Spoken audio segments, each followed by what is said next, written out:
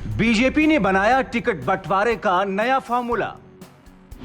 सहयोगी दलों से संभावित प्रत्याशियों के मांगेगी नाम। सर्वे में हिट और जिताऊ उम्मीदवारों को ही मिलेगा टिकट। एनडीए के खिलाफ विपक्ष के इंडिया बनने के बाद से 2024 का लोकसभा चुनाव काफी दिलचस्प हो चुका है।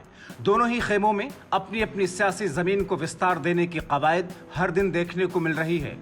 38 दलों वाले एनडीए के सामने विपक्षी दल इंडिया पूरी सतर्कता के साथ चुनावी कील कांटे दुरुस्त करने में लगा है। इंडिया बैनर के तले विपक्षी दलों की एकजुटता और लोकसभा सीट पर विपक्ष की तरफ से एक उम्मीदवार उतारने की रणनीति के सामने बीजेपी सिर्फ अपनी पार्टी के संभावित उम्मीदवारों के लिए ही नहीं बल्कि सहयोगी दलों के लिए भी टिकट बंटवारे को लेकर काफी सतर्क दिख रही है। सूत्रों के मुताबिक इस लोकसभा चुनाव में एनडीए के उम्मीदवारों को भी बीजेपी की कड़ी चयन प्रक्रिया और कसौटी से गुजरना होगा। यानी बीजेपी अपने सहयोगी दलों को जो सीटें देगी उन सीटों पर भी बीजेपी गठबंधन के उम्मीदवारों की परख और फीडबैक ले रही है, जिसके लिए बीजेपी विशेष तरह का सर्वे करा रही है। इस पर बीजेपी लोकसभा की उन सीटों पर भी उतनी ही मेहनत कर रही है जहां से फिलहाल बीजेपी के सहयोगी दलों के सांसद हैं या जहां से सहयोगी दल 2024 के लिए दावा ठोक रहे हैं।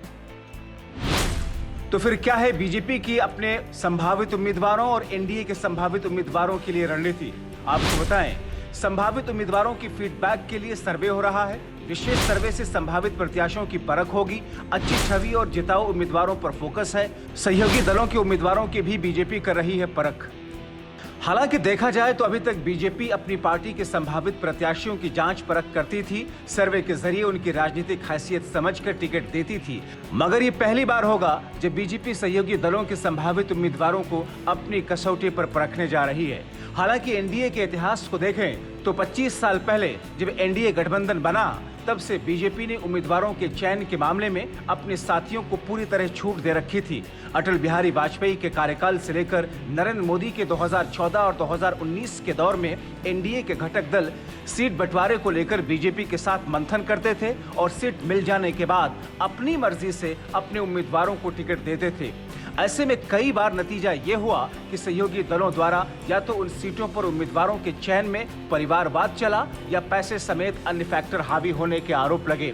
इसीलिए इस बार के लोकसभा चुनाव के लिए बीजेपी ने अपनी रणनीति में बदलाव किया है। सूत्र बताते हैं कि बीजेपी अपने घटक दलों से संभावित उम्मीदवारों के नाम मांगेगी। जीतने की संभावना राज्य की राजनीतिक माहौल के मुताबिक फैसला करेगी। सहयोगी दलों द्वारा मांगी गई सीटों पर उनके उम्मीदवारों के नाम, जीतने का आधार और संभावना भी पूछेगी।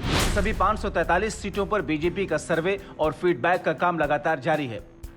एक और खास बात यह भी सामने आ रही है कि 2024 के इस लोकसभा चुनाव के लिए यह जरूरी नहीं कि बीजेपी अपने सभी 38 सहयोगी दलों को सीटें दे। सूत्रों के मुताबिक बीजेपी सिर्फ राज्य में प्रभाव रखने वाले और जीत के समीकरण में फिट बैठने वाले सहयोगियों को ही सीट देगी और बाकी सहयोगियों को राज्यों के चुनाव में सीट का वादा कर संतुष्ट करने की कोशिश करेगी।